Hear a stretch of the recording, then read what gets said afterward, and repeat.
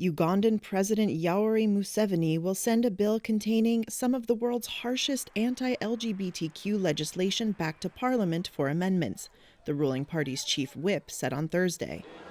A group of lawmakers from the ruling National Resistance Movement discussed the bill with the president and agreed in principle to sign the bill into law, said Chief Whip Dennis Hampson Obua. The bill is yet to be returned to Parliament, subject to the Tuesday meeting.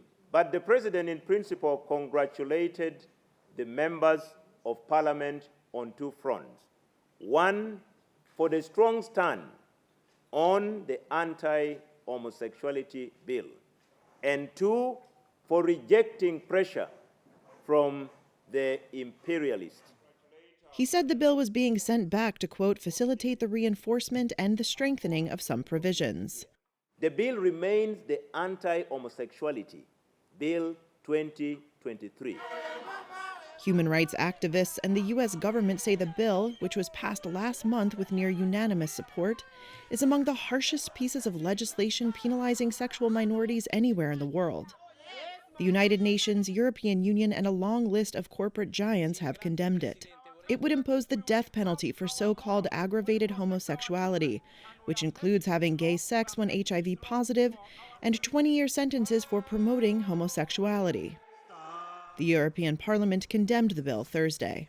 Here's Swedish member Malin Bjork. The proposed Ugandan bill imposing death penalty for consensual same-sex relations is simply horrific. Death for being who we are. It releases an avalanche of hate, violence, scapegoating. The bill has already triggered a wave of arrests, evictions, and mob attacks against LGBTQ+ Ugandans, members of the community say. Ugandan photographer and LGBTQ+ rights activist Papa Dedelavi Kwagala was living in South Africa when the bill passed. Let me give you a picture of how it is in Uganda right now. Queer people are being thrown out, backed up by law. They do not have housing anymore. They don't have shelter. There is no safety whatsoever. That's what I can say about that.